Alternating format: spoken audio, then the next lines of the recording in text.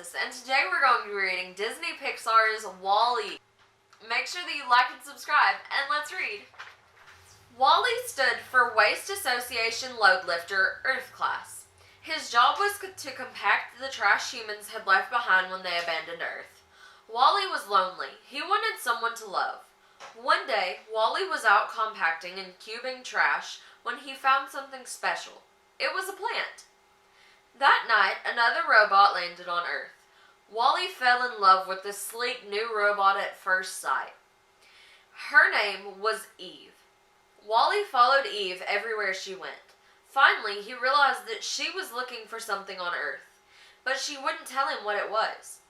He took Eve to his home and showed her all the treasures he had collected from the trash, but none of them seemed to impress Eve. Then WALL-E remembered the plant. When he showed it to Eve, she stored it inside her chest and shut down. WALL-E shook Eve, but nothing happened. No matter what he did, Eve would not wake up. The next day, Eve's ship returned. WALL-E did not want to lose Eve. He climbed onto the ship and held on tight. The spaceship docked inside an enormous ship called the Axiom. When Eve emerged, a cleaning robot named Mo scanned her. "Foreign contaminant," Mo said. He shuddered and then started scrubbing her. Then another robot named Gopher approached. He moved Eve into a transporter and began to drive away. WALL-E followed Eve to the bridge. A robot pilot named Otto was guiding the ship. "Probe 1 has returned positive," Otto told the captain. Eve's plant had set off the ship's sensors. It was time to return to Earth. But when Eve opened her chest, the plant was gone. "The probe must be defective," the captain said. "Send her to the repair ward." WALL-E followed Eve to the repair ward. He did not understand. He thought robots were hurting Eve, so he tried to rescue her. The other robots chased him away. Eve led WALL-E to an escape pod and helped him inside. Suddenly, they heard something approach. It was Gopher. He had the missing plant. Setting the plant inside the pod, Gopher went to the controls. When he turned around, WALL-E was holding the plant. Gopher hit a button, sending the pod and WALL-E into space. Eve opened an airlock and rocketed into space after WALL-E. She did not know that Gopher had set the pod to explode. As the pod blew up, a fire extinguisher sputtered by. Hanging on to it was WALL-E. He had saved the plant. Eve leaned her head against WALL-E's. A spark passed between them. WALL-E and Eve snuck back on the ship and climbed through the trash chute. Eve burst into the captain's quarters. She opened her chest to reveal the plant. The captain was thrilled.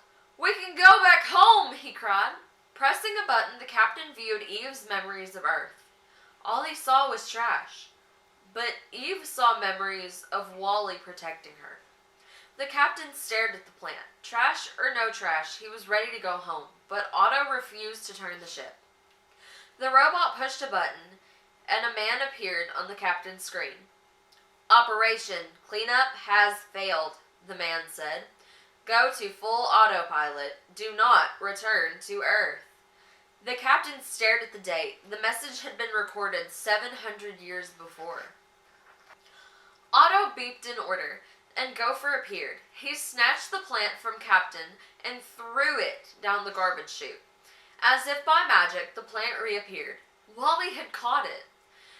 Otto attacked WALL-E, throwing him back down the chute, and then he shut down Eve and dumped her into the chute too. When Eve rebooted, she and WALL-E were on a garbage heap. WALL-E had been badly hurt in the fall. "Earth," he said. Eve understood. The parts to fix WALL-E were back on Earth inside his truck. Eve scooped up WALL-E and blasted a hole in the ceiling and took off. Meanwhile, on the bridge, the captain jumped Otto. With a lunge, he slammed a button on the console. On the deck below, a hollow detector popped up, ready to accept the plant and begin the trip home. Otto threw the captain to the floor. "Desist!" he cried. Otto spun his wheel, and the ship tilted dangerously to one side.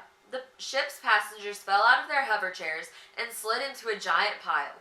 In the confusion, WALL-E dropped the plant. It was buried beneath the passengers. On the bridge, Otto switched off the hollow detector. It began to retract, but Wally wedged himself under it. Otto was angry. He reversed the hollow detector, damaging Wally and snapping off his joints. Suddenly, the captain stood up. He reached for the control panel and flipped the auto button to manual. "You're relieved of duty," he told Otto with a smile. On the deck below, Eve found the plant and shoved it into the hollow detector. The computer recognized the plant and set a course for Earth. When the ship touched down on Earth, Eve hurried to Wally's truck. She quickly installed a new circuit board in the robot. Wally's eyes opened, but there was no life in them. He moved about mechanically, collecting trash. He wasn't the same Wally anymore. Desperate, Eve took his hand. Their heads touched, and a spark passed between them. "Eva?" Wally asked. "Wally!" Eve cried. Back at the ship, the captain found a spot free of trash and dug a hole. He gently placed the plant in the ground. Eve took Wally's hand. Together, the robots and humans watched the sun set on their new home. The end. Thanks so much for watching. Make sure that you like and subscribe, and I'll see y'all in the next one. Bye, guys!